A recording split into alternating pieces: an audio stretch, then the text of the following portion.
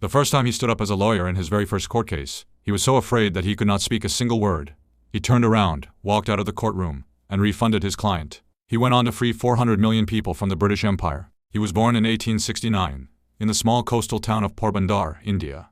At 18, his family scraped together every coin they had to send him to London to study law. He was so timid that during his 3 years in London, he was once paralyzed with fear at a dinner party, unable to give even a 1-minute speech. He returned to India in 1891 with his law degree and the news that his mother had died while he was away. His name was Mohandas Karamchand Gandhi. He set up his first law practice in Bombay. His very first case was a small civil dispute. Standing in front of the judge, his hands began to shake. His mouth went dry. He could not bring himself to cross-examine the first witness. He sat down silently in front of the entire courtroom, refunded his client's fee, and walked out. His career as a lawyer in India was finished before it had begun.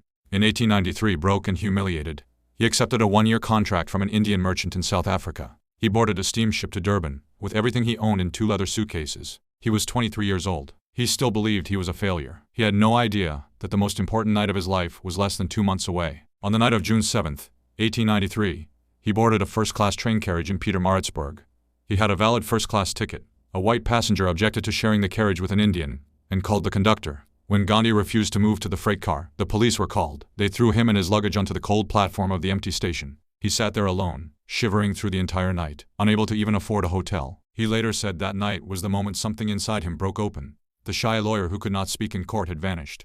He stayed in South Africa for 21 years, organizing peaceful protests, going to prison, and developing a philosophy he called satyagraha, the force of truth.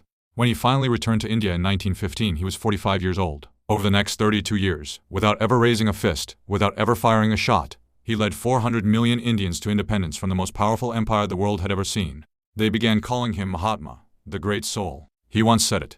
First they ignore you, then they laugh at you, then they fight you, then you win. A man who once could not speak in front of a single judge taught 1/5 of humanity how to win without ever raising their voice. Follow for more untold stories.